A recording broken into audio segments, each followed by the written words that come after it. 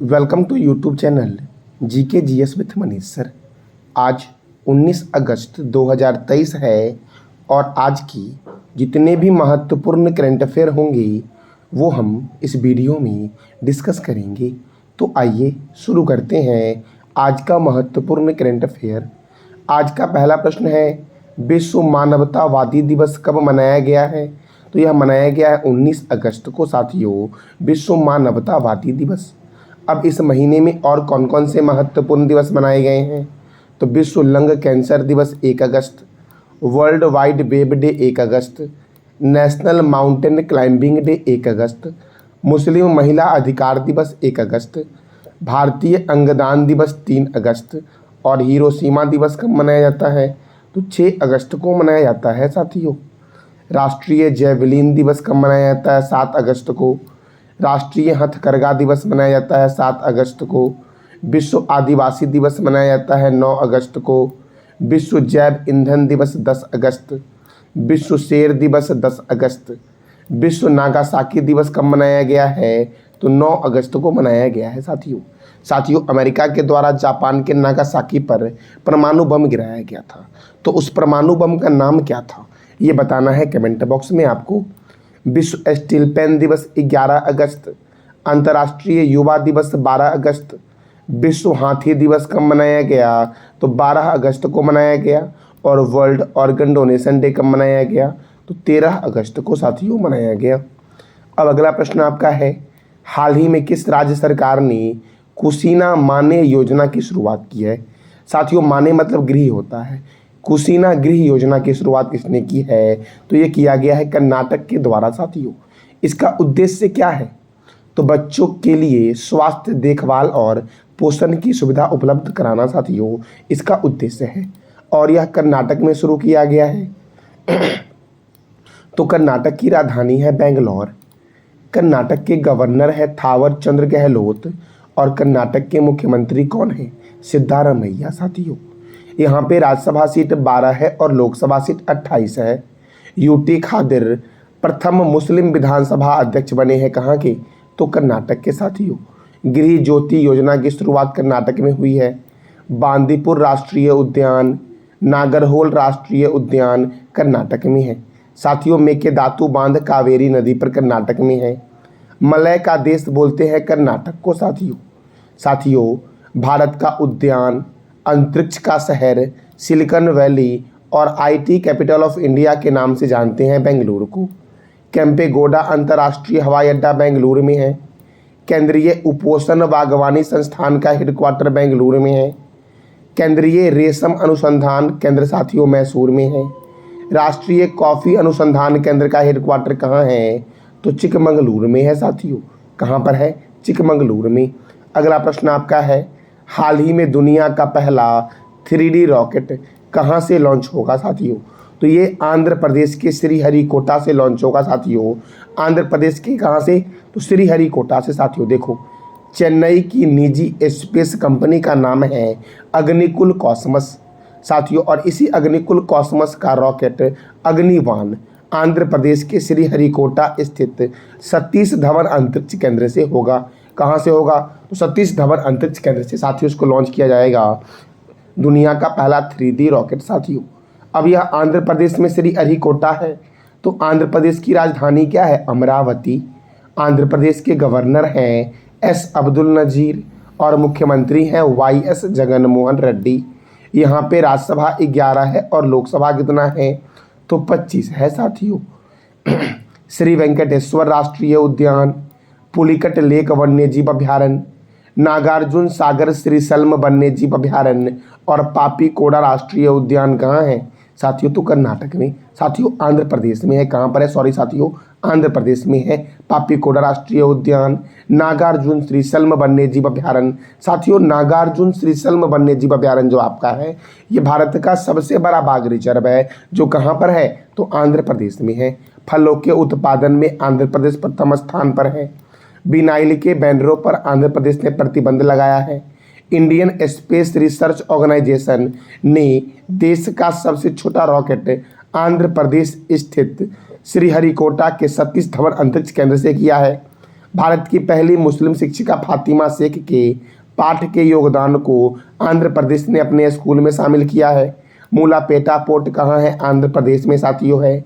और आंध्र प्रदेश के विशाखापट्टनम में विजाग टेक पार्क की आधारशिला रखी गई है साथियों। और आंध्र प्रदेश की नई राजधानी जो होगी वो विशाखापट्टनम ही होगी साथियों।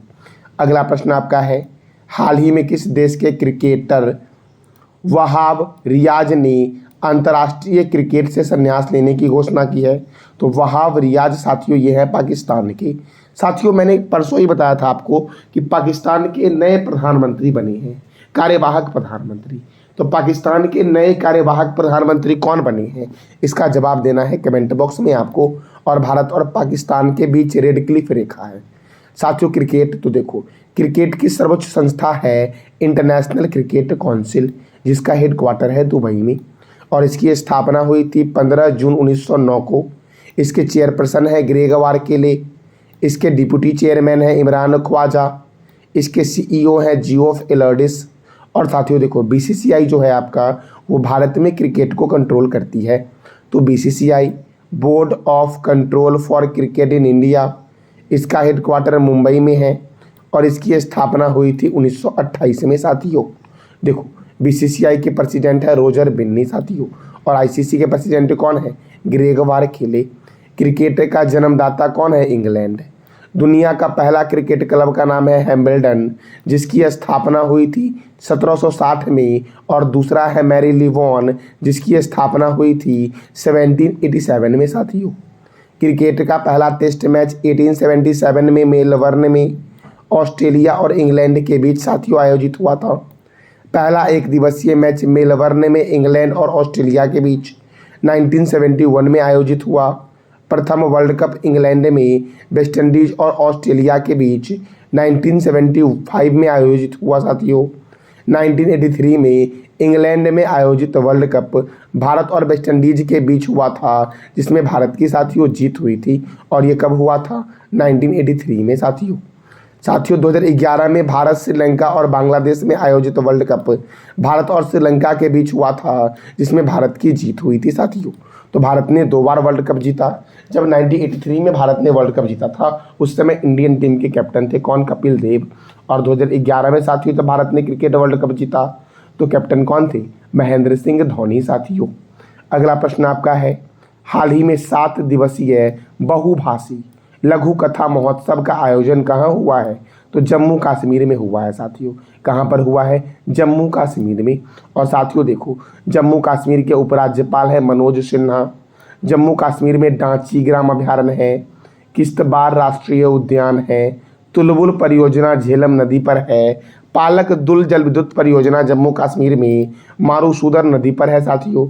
और जम्मू कश्मीर में डल झील है, बुलर झील है, बैरीनाग झील है, मानस बल झील है, शेषनाग झील है, अनंतनाग झील, ये सब जम्मू कश्मीर में है साथियों आपको बताना है कमेंट बॉक्स में कि फुलहर झील किस राज्य में है। कौन सा झील? फुलहर झील, ये कौन से राज्य में है साथियों इस वीडियो का पीडीएफ आपको टेलीग्राम पे मिलेगा, जिसका लिंक वीडियो के डिस्क्रिप्शन बॉक्स में है। तो वहाँ से आप टेलीग्राम ज्वाइन कर लेना साथियों।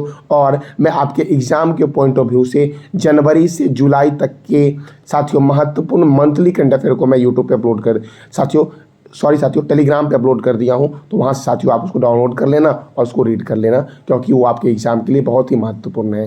क्योंकि करंट अफेयर के साथ साथ मैं साथियों आपका उसमें स्टैटिक भी दिया हूँ साथियों। अगला प्रश्न आपका है, हाल ही में 3 दिवसीय फूड महोत्सव का आयोजन कहाँ हुआ है? तो 3 दिवसीय फूड महोत्सव का आयोजन हुआ है नई दिल्ली में।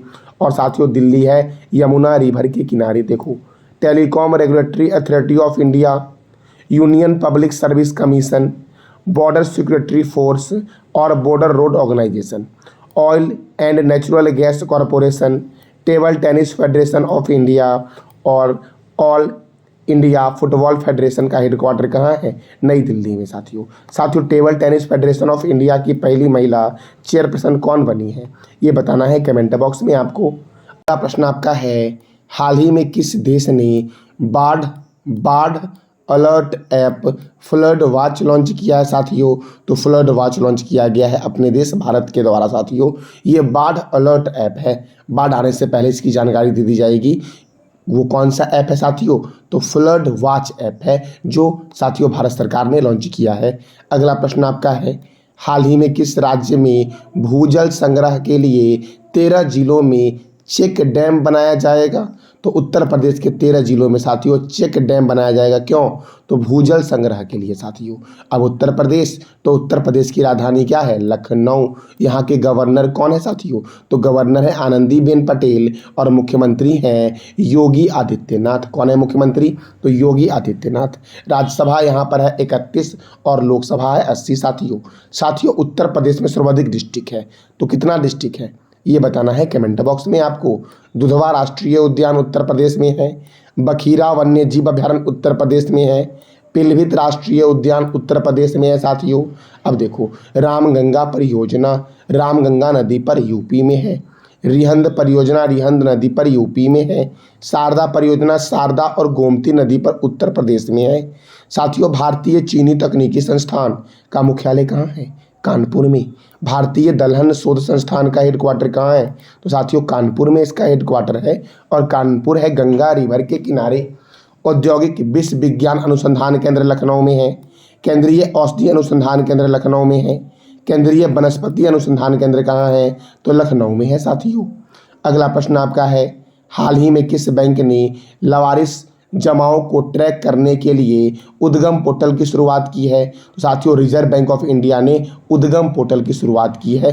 क्यों? तो साथियों लावारिस जमाओं को ट्रैक करने के लिए। अब उद्गम का फुल फॉर्म क्या होगा? तो unclaimed deposits gateway to access information. क्या है उद्गम का फुल फॉर्म? तो unclaimed deposits gateway to access information इसका फुल फॉर्म है। और साथियों रिजर्व बैंक ने किया है ये उद्गम पोर्टल लॉन्च। तो रिजर्व बैंक का हेडक्वार्टर है मुंबई में, और इसकी स्थापना हुई थी 1 अप्रैल 1935 को। इसके प्रथम गवर्नर कौन है? Osborne Smith. Reserve Bank of India के प्रथम गवर्नर कौन है? तो ऑसबॉर्न स्मिथ। प्रथम इंडियन गवर्नर कौन है साथियों आरबीआई के? तो सीडी देशमुख। इनका पूरा नाम है चिंतामणि द्वारिकानाथ देशमुख, और इसका राष्ट्रीयकरण हुआ था 1949 में। और आरबीआई के वर्तमान में गवर्नर कौन है? तो शक्तिकांत दास साथियों आरबीआई के वर्तमान में गवर्नर है। अब अगला प्रश्न आपका है, सूर्य के अध्ययन के लिए भारतीय अंतरिक्ष अनुसंधान संस्थान ने कौन सा मिशन लॉन्च किया है साथियों? अर्थात इसरो ने सूर्य के अध्ययन के लिए कौन सा मिशन लॉन्च किया है? तो आदित्य L1 साथियों। कौन सा मिशन लॉन्च करेगा साथियों? वही लॉन्च किया नहीं है, करेगा। तो कौन सा करेगा? आदित्य L1 साथियों। अब इसरो करेगा, तो इसरो की राजधानी क्या है? बेंगलोर। इसरो की स्थापना कब हुई? 15 अगस्त 1969 को। ऐसे इसरो के फाउंडर कौन है? विक्रम साराभाई। और इसरो के चेयरमैन कौन है? एस सोमनाथन साथियों। कौन है? एस सोमनाथन इसरो के चेयरमैन है। अब साथियों सूर्य के लिए करेगा, तो देखो सूर्य है सौरमंडल का जन्मदाता।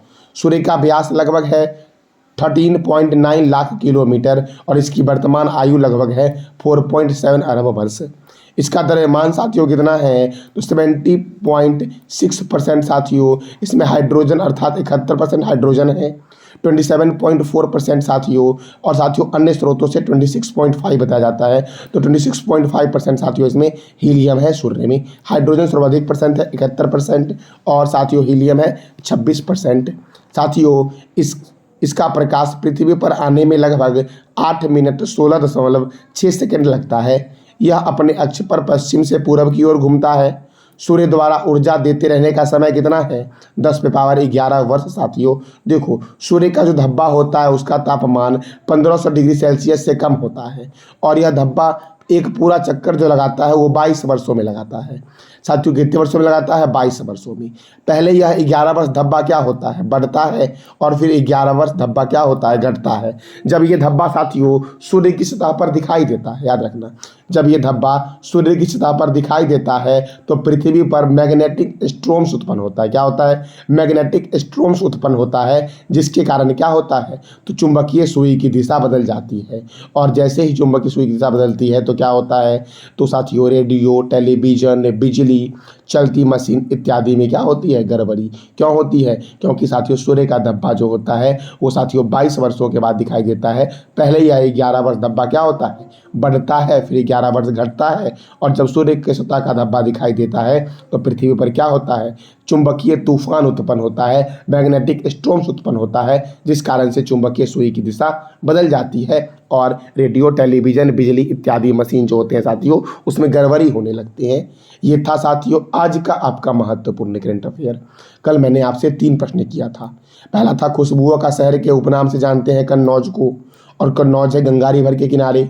दूसरा मैंने किया था निम्नलिखित में से कौन सा दर्रा हिमाचल प्रदेश में नहीं है, तो बोमडिला दर्रा साथियों हिमाचल प्रदेश में नहीं है। तो साथियों आपको बताना है ये कमेंट बॉक्स में कि ये दर्रा कहाँ पर है। साथियों सिपकिला दर्रा, रोहतांग दर्रा और बारालाचा दर्रा ये कहाँ पर है, हिमाचल प्रदेश में। और बोमडिला दर्रा कहाँ है ये बताना है कमेंट बॉक्स में आपको साथियों। तीसरा प्रश्न मैंने पूछा था भितरीकनिका राष्ट्रीय उद्यान किस राज्य में स्थित है, तो ओडिशा में साथियों स्थित है। कहाँ पर, ओडिशा में। साथियों कुद्रेमुख नेशनल पार्क कर्नाटक में स्थित है। कहाँ पर, कर्नाटक में साथियों स्थित है। अब साथियों आज का आपका 3 प्रश्न है जिसका जवाब देना है कमेंट बॉक्स में। ब्लैक बक राष्ट्रीय उद्यान भारत के किस राज्य में स्थित है। दूसरा आपका है पर्यटकों का स्वर्ग के नाम से किस राज्य को जानते हैं। और तीसरा है कलिंग स्टेडियम भारत के किस शहर में स्थित है। इस तीनों प्रश्न का जवाब देना है आपको कमेंट बॉक्स में। जानकारी अच्छी लगी तो चैनल को लाइक करें, सब्सक्राइब करें। धन्यवाद।